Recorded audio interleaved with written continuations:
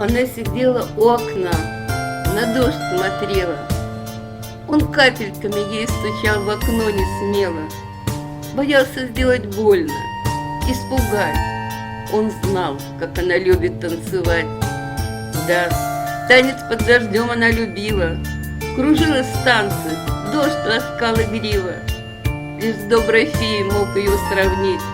И счастлив был, что может рядом быть. Вы не поверите, но дождь в нее влюбился. Под музыку дождя он с ней кружился. Околдовала фея дождь, околдовала. И о любви его она совсем не знала. Светило счастье, о невзгодах позабыла. И в этот миг весь мир она любила. А дождь мечтал, чтоб танец не кончался. Ах, если б можно было, он бы с ней остался. Но время, ему надо уходить, ведь солнце встало, начало светить.